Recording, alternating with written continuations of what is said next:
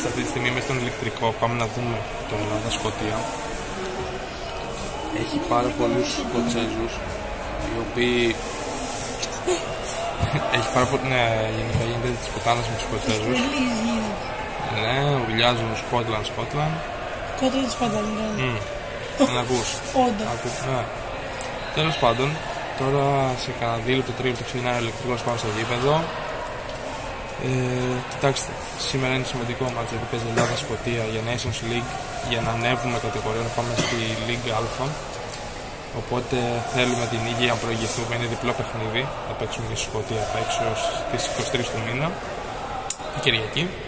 Οπότε θέλουμε σίγουρα ένα θετικό αποτέλεσμα για να προηγηθούμε. Εδώ έχουμε μπει στο γήπεδο σε κάνα δεκάλεπτο, δεν θα ξεκινάει ο αγώνας. Τώρα μόλις μπήκαν μέσα οι παίκτες της Ελλάδας, οι Σκοτσέζοι έχουν και μέσα. Δείτε πόσους Σκοτσέζους έχει στο βάθος εκεί πέρα. Έχουν γεμίσει όλη τη θύρα.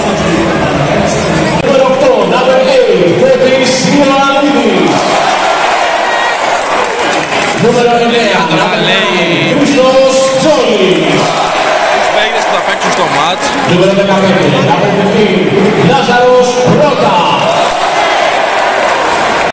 Εδώ έχουμε κερδίσει πέναλτι και κρατάει την μπάλα για να εκτελέσει ο Πέλκα. Για να δω. Εν τω μεταξύ το μάτς είναι 5 λεπτά πριν το τέλος. Έχουμε φάει ήδη ένα γκολ στο πρώτο ημίχρονο από τη Σκωτία, πάλι από πέναλτι, και τώρα κάνουμε βάρ για το πέναλτι. Για να δούμε, τι θα κάνουμε.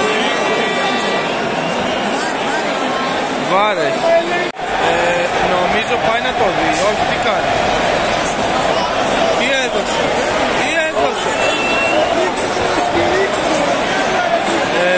Ήταν εκτός περιοχής και γυρίσει φάουλ αυτή τη στιγμή. Πάει το πέναλτι. Τέλεια. 5 λεπτά πριν το τέλος. Οριακό πρέπει να είναι πάρα πολύ πάνω στη γραμμή. Για να δούμε τι θα γίνει.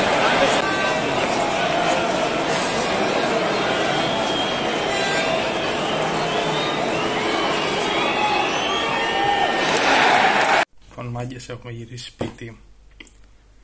Τα αποτελέσματα δεν είναι τόσο καλά για την ομάδα μας. Χάσαμε 1-0 από τη Σκωτία. Γενικά ήταν άτυχοι, πρέπει να είχαν δοκάρι, είχαν πολλές κεφαλιές, ένα σχεδόν πέναλτι για κάτι εκατοστά. Ήμασταν πολύ άτυχοι, θα μπορούσε και καλύτερα.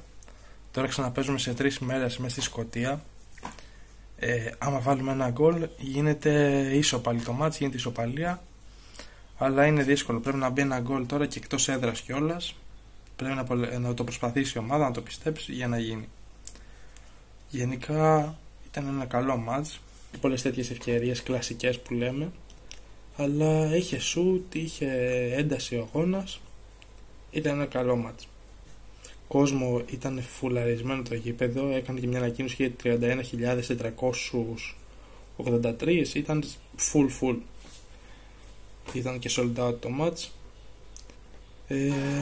Αυτά. Ελπίζω να σας άρεσε το βίντεο. Αν σας άρεσε, πάμε ένα like, μοίρασε στο κανάλι με καμπανάκι όλοι καινούργοι και εμείς θα πούμε την επόμενη φορά.